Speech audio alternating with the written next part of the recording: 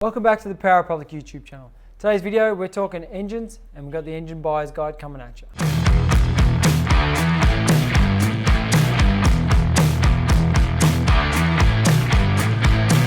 Welcome back to the Power Public YouTube channel.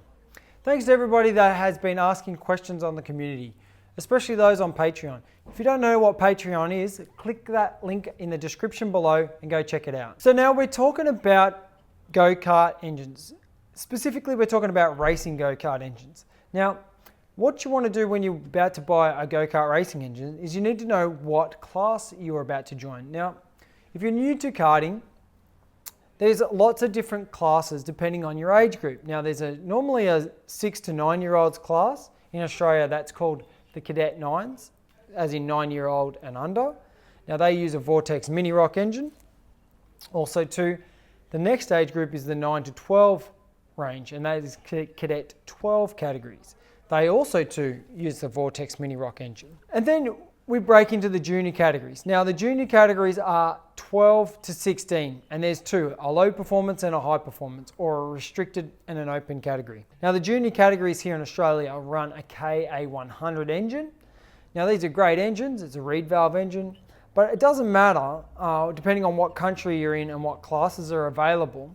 What I suggest is go to your clubs and see what most of the people are racing and then join that class, because you want to be able to race the most amount of people. And then when you get into the senior categories, you can pick and choose the type of engine. Now we have water cooled, air cooled, they sort of mix them all up. So really, you really need to go to your club and see what everyone's running and talk to the people in your local area and start there and buy the engine that suits that category. So when buying a new engine, there's certain things you want to look out for, and it's directly correlated to the age you are, the classes that run at your local club, and also to your budget.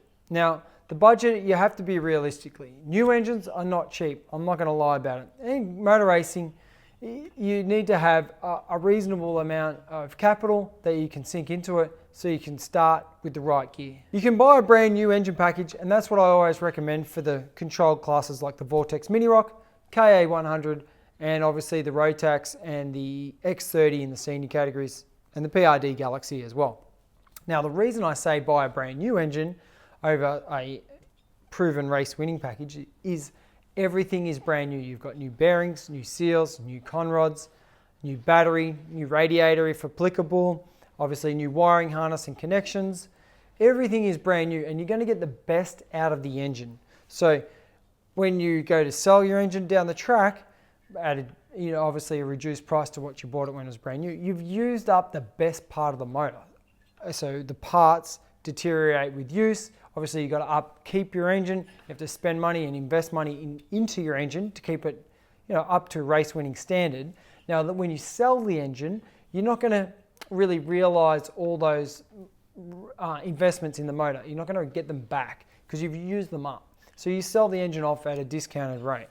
Now if you buy a second-hand engine, you're going to buy it at a discounted rate, but then you're going to spend more of the money on the maintenance. So at the end of the day, you can either spend more up front and less as you go along, or less up front and more as you go along. But the choice is yours depending on your budget. If you're new to karting, I recommend getting a great second-hand package, maybe a second-hand rolling chassis with a brand new engine from your local guys. Otherwise, get yourself a discounted second-hand kart package. Now, don't try to lowball everybody and get the $1,000 special.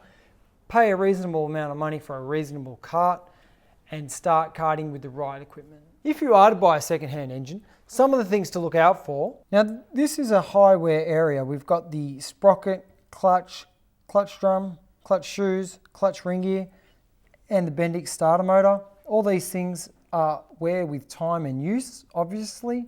So every time you start the engine, which is often, the Bendix has to throw in, so you get some wear on the ring gear, the electrics wear out, the brushes wear out in the starter motor, and the clutch shoes wear out. So watch out for all those little things. Another thing that you can watch for on second-hand engines, these little spade terminals here. You can see this one here is really firm, okay?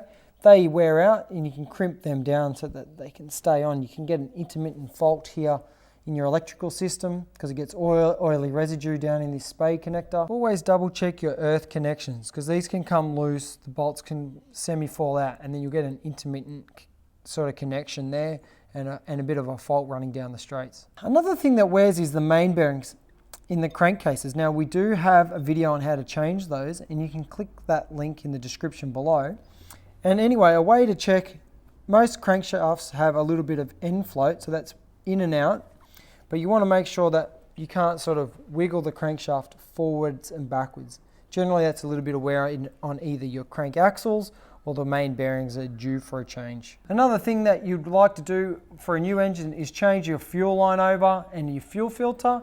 Take your carburetor off and give it a good clean out with some carburetor cleaner and some compressed air, and maybe even give it a carburetor kit or a needle and seat. Now we've got great videos on those too, and you can click it on those on the link. Click the link on the description below for those as well. While you're at it, I'd put a brand new spark plug in if you've got a second-hand engine, so that you've crossed off a lot of the little things that can go wrong, and also to check your sprockets and chains. They wear out regularly, so if you can, shout yourself a new chain, new front sprocket and a new rear sprocket. So there you have it, that's the engine buyer's guide. If you've got any specific questions, please leave it in the comment section below and I'll help you get started with your go-kart racing engine. If you like this video, please consider subscribing, turning on those pesky notifications and giving us a thumbs up. You can follow us on Instagram and Facebook at Power Republic, or go to our website www.powerrepublic.com.au and grab yourself a t-shirt or a brand new Vortex Mini Rock racing engine. Thanks for watching. See you in the next video.